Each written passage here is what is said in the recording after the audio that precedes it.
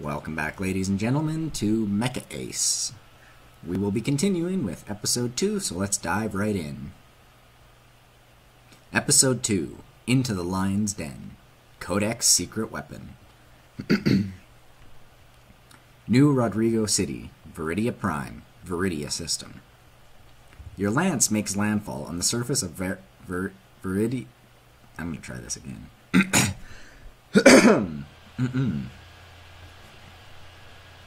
Welcome back, ladies and gentlemen, to Mecha Ace, Heroes of the Veteran War.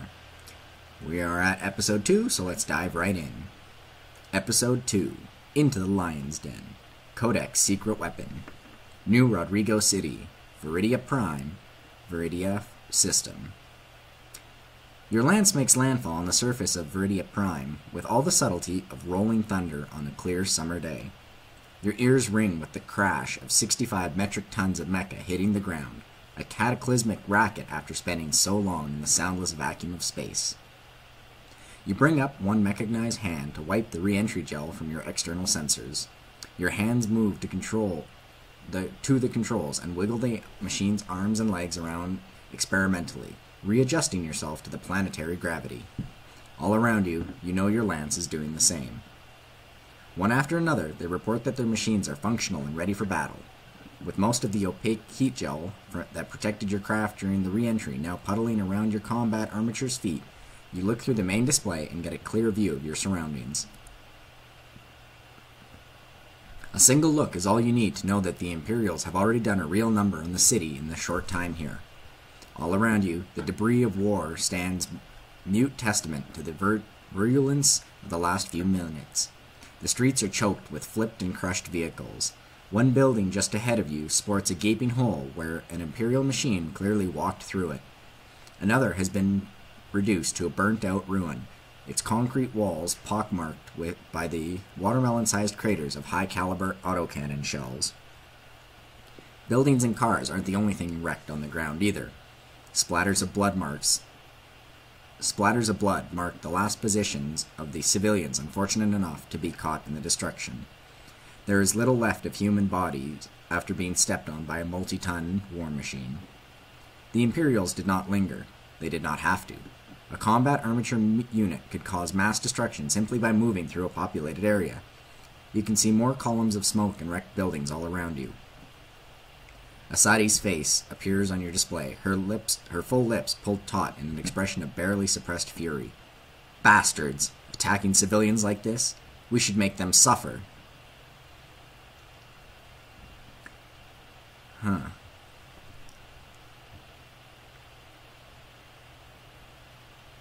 We're not here to play the hero.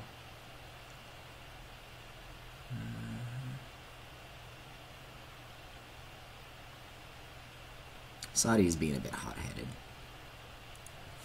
Settle down, Asadi. We don't know for sure if the Imperials did this on purpose. Asadi grits her teeth in anger. Are you saying those impy scum did this by accident? You nod your head. Do you know how much damage a unit of 60-ton armature combat armatures can do when pilots are in a hurry? A lot more than this. Your wingman bites back an angry response. She takes a deep breath. Understood, boss. Mithril 3's face pops up on your main display. Boss, we may have a complication. Your subordinate links her machine's cameras with your own. Through Mithril 3's hull sensors, you see a small group of civilians gathered around the contorted form of a child trapped under a block of fallen concrete. You watch 3 move forward and extend her arm of the combat armature. Gingerly, like a child picking up a penny, she lifts up the heavy block, allowing the civilians to pull out the trapped boy. You smile a little bit, your heart warmed by the fact that despite the years of war, the men and women still under your command still have their hearts in the right place. Mithril 3's expression is nervousness as she maneuvers her machine back into formation, the civilians' cheers and cries of gratitude audible from your link to her cockpit. There's probably more civilians in distress out here. What do we do if we come across more? You think about your options as you bring the rest of your lance into the conversation. Stopping to help every local distress may make you feel better, but every minute you spend freeing trapped children and injured seniors means that the enemy are another minute closer to achieving their objective. On the other hand, Your ultimate goal as a soldier is to protect and defend Codex citizens. It could be said that your responsibility to do so supersedes the immediate mission. At that moment, you decide that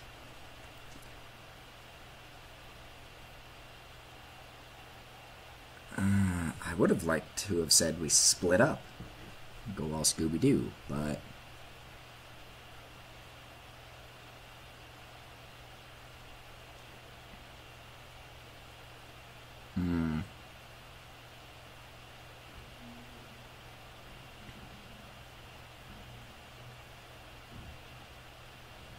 we won't stop,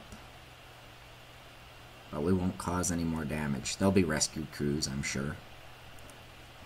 Heads up, Mithril Lance. There are still civilians in this area, so we need to move carefully to prevent any more damage. After a moment of hesitation, Asadi objects. Is that such a good idea, boss? She asks, her expression skeptical. I thought this was supposed to be a time-critical mission. You nod. It is, Asadi, but that doesn't give us the right to run roughshod over the people for the sake of expediency. They've suffered enough already. The ensign nods her head slowly, reluctantly. Thankfully, despite her misgivings, she follows your orders, taking care to avoid the civilian structures still standing as the 6 of you carefully make your way across the war-torn city. Thankfully, the path of destruction left by the enemy machines is easy enough to follow, even while tiptoeing around apartment blocks and office buildings.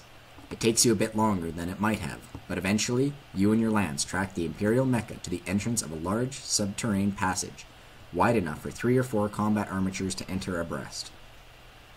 Judging by the wreckage of armored vehicles and bodies strewn in front of and just inside the entrance, your quarry awaits somewhere within.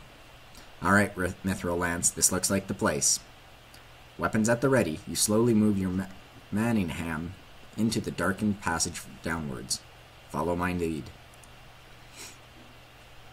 The 6 machines of your Lance push forward into the darkness, weapons at the ready, and expecting a fight. You don't find one. Instead, you find the passage splitting into a series of tunnels, each stretching into the darkness far beyond the light thrown out by your hull-mounted searchlights. This particular underground complex is larger than you had first thought. Just great, Asadi says. What the hell do we do now? You weigh your options. Codex tactical doctrine would normally require you sweep through each and every passage as a unit, proceeding slowly to forestall any attempt at an ambush. Of course, these are not normal circumstances. With time of the essence, it might be better to split up and cover each of the passages individually. Then again, there's always your experience and intuition to rely on. You could simply track the enemy forces using your own skills. You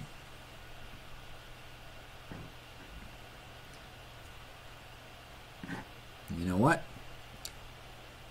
We're ace enough. We can play it. We don't have time to play it safe. We took plenty of time making sure no civilians were hurt, so. Alright, split up, Mithril Lance. We don't have time to do this by the book. I need each one of you to pick a passage and sweep it individually. If you run into trouble, call the rest of us in. With only the barest hint of reluctance, your Lance splits into individual units and disappears down each of the darkened pathways that proceed deeper into the complex. You pick one of the directions not covered by one of your Lance mates. Weapons at the ready, you proceed slowly as possible, your eyes peeled at any moment for a potential ambush. You know well enough that lone combat armature is tempting target for any ambusher. The fear of sudden attack keeps your senses sharp. In the end, it is paranoia that lets you spot the flickering of searchlights up ahead. You open your line to the Lance mates. This is Mithril Lead. Does anybody see a bunch of flashing lights in front of them? A half a second later, one of your subordinates responds. Mithril 4 here. I've just run into the same thing. A few moments later, Asadi appears in the comm as well. Mithril 2, I see it. It seems like some of these passages converge onto the same chamber. With the presence of the enemy just a few hundred meters in front of you, all but confirmed, you creep forward, trying to make as little sound as possible, in hopes of getting a better view. You blink in amazement as your eyes adjust to the light. Before you is a massive, cylindrical subterranean vault, perhaps 100 meters tall and 3 times as wide. On the far end of the vault, you see more mangled bodies and crushed armored vehicles. Among them stand the Imperial combat armatures which you have been pursuing. It appears you arrived too late to prevent the enemy from setting up an initial protective cordon, but at least they have not prepared completely. The perimeter sentries are still establishing a cordon, which means they're focusing on setting up their position and not looking for interlopers. They would have little warning if your lance were to strike. You quickly run through a tactical assessment of the Imperial machines. Something else catches your eye. Behind all the shapes of the enemy lies a supine pile of metal. Ooh, that's a tongue twister. Gleaming white under the harsh lights of the Imperial machines. It is clear that this is what the enemy force is after. You zoom in on your hull camera feed to get a closer look at it. The heap of white metal soon coincides into a familiar shape of a combat armature, but it is unlike any mecha you have ever seen before. Its lines are smoother and more rounded than the makeshift form of your own Manningham, but it is clearly a different breed than the Imperial units around it. Your eyes catch an insignia of the shoulder on the unidentified machine. Your eyes widen as you recognize the decal as a designation marker for a Codec military prototype. It does not take an idiot to put two and two together. The identity of the high-priority objective which Captain Balin told you about is now blatantly clear. You beat a stealthy retreat and return to the shadows, where you can now confirm with your lancemates without fear of discovery. It's a prototype machine, you tell your lancemates as you feed them the recording from your machine senses. That's why the Imperials broke in here, to capture that combat armature. Asadi says exactly what everybody else is thinking. We have to get it back. A stolen prototype in enemy hands could be disastrous, and not only because the Imperials could easily turn its advanced weapons against your allies in orbit or the civilians on the ground. Should the Imperials reverse engineer Codec's cutting-edge experimental equipment, they would be much closer to getting a technological edge which might even help them win the war. Asadi is right. You have to get it back. You lay out your options for the benefit of your lancemates. The most obvious option would be a direct frontal assault on the enemy position. Alternatively, you could try and use the twists and turns of the darkened passage to lure your enemies into an ambush set by the rest of the machines in your lance. Lastly, you could try bluffing your enemy into surrendering or retreating by making the enemy think they are outnumbered or surrounded. Of course, the fact that between you, Ensign, Asadi, and Mithril 4, you basically do have the enemy surrounded certainly works in your favor. Boss, Mithril 3 speaks up. There's one more thing we could try. She scratches her head nervously as you gesture for her to continue. Well, our machines have remote-controlled systems to fly us to safety that if we get knocked out or something, right? What if you used your command codes to interface with that prototype and remote pilot it out? It'd make for a nice distraction, at least. Mithril 3's idea certainly has merit. Of course, there's the fact that you'd have to efficiently pilot 2 combat armatures at once to pull it off. Ultimately, you decide to...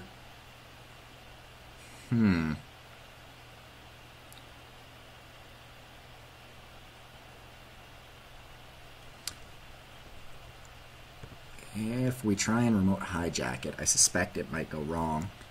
So...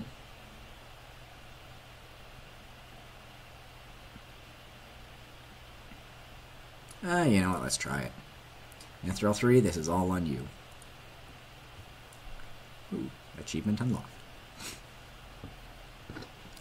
Thankfully, now that you know about the Codec prototype, you can simply connect with its command and communication system from your current position. You activate your Manningham's network system and probe for open Codec systems. Flipping past the active connection nodes of your lancemates, you find an unfamiliar node, the prototype. You order your machine's tactical computer to connect with the inactive machine's own system. You enter your 16-digit command code when the prompt comes up, hoping that your codes will give you the clearance to the necessary systems.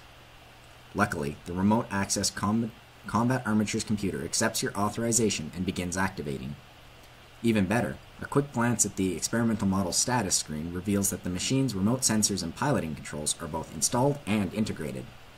In fact, every single primary and secondary system in the entire machine is reading as ready for action. You wonder how close to completion this prototype was before its development was disrupted by the Imperial attack. Asadi's curiosity finally gets the better of her. Any good, boss?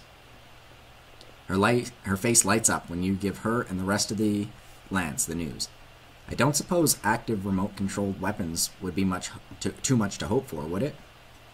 If you use the prototype's weapons as well as its piloting system, then wreak havoc on your diversion. Then the havoc your diversion would be able to wreak would increase dramatically. Hoping against hope, you take a look. Primary weapon system, ammunition capacity 2 of 12. Status, active, awaiting remote control. Well, how about that? Feeding the prototype's cockpit display into your own and those of your lancemates, you make a quick scan of the Imperial formation from the perspective of the deactivated prototype machine. Taking care not to move any physical components and tip off your enemies, you quickly identify 3 possible targets. The most obvious targets are the mecha at the very edge of the Imperial formation. By taking out those units, you would normally engage your own engage your own lance first. You'd be able to wreak a lot more havoc before the other machines in the Imperial force could reposition to attack you. However, if your attack falters, the enemy would still be in a position to wipe you out. One slightly less obvious is the chamber itself. One of the support columns keeping the ceiling up has been obviously damaged in the Imperial attack. Should you destroy it entirely, it would likely drop a huge chunk of roof to crush everything under it, including at least 5 or 6 enemy machines. Of course, you are also right below a city. Collapsing a part of the ceiling might bring down civilian buildings down. Let's try that sentence again. Collapsing a part of the ceiling might also bring the civilian buildings above it down as well. The cost in civilian lives and property damage would be staggering. Lastly, there is a unit which has singled itself as belonging to the Imperial commander. Unlike most of its units, it boasts the distinctive lines of an M414 Grognard, a machine assigned to only the best of the Imperial military. Hey boss? Asadi's expression seems to be a combination of comprehension and anticipation. You think you can clear me a path to that command unit? I've never fought a Grognard myself before. They say that those things are better than anything we have. I want to see for myself. What will we target? Let's take out the...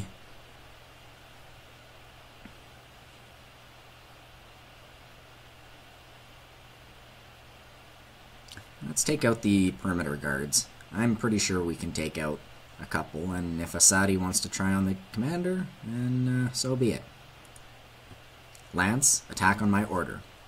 You carefully calibrate the prototype's targeting computer and set the weapon's crosshair on one of the Imperial machines standing on the edge of the enemy position. With only 2 shots, you have to make each one count.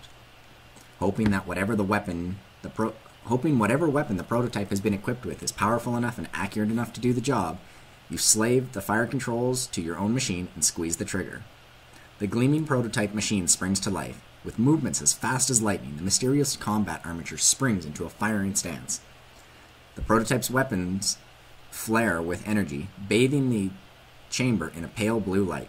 A pulsing beam, visible for only a split second, fires from the prototype and hits your target dead center. The enemy machine explodes in a thunderous clap of energy, its errant limbs flung in all directions. The Imperials do not move, shocked by the sudden attack from this unknown quarter. It gives you all the time you need to shift your aim and fire again. Another blast of blue light fills the underground chamber. Another Imperial machine disintegrates in a flash of coherent light. Mithril Lance, charge! Your unit springs into action, pouring into the chamber and tearing the stunned remnants of the perimeter guard. Asadi shoots you a vicious smile. Thanks for the help, boss, she shouts, as the impetuous young pilot barrels ahead towards the gap in the enemy perimeter, heading straight for the Imperial command unit. With your lancemates engaging the enemy directly, you are free to move the remote-controlled prototype machine to safety, but you barely move it 2 steps before a pair of Imperial pilots finally catches on. Vaulting over the melee with their vernier thrusters, the 2 enemies rush to attack you. You disconnect your machine controls from the prototype and prepare to defend yourself. By the time you get your Manningham's weapons out, the enemy are just 100 meters in front of you, their autocannons at the ready and pointed at your cockpit. What do you do?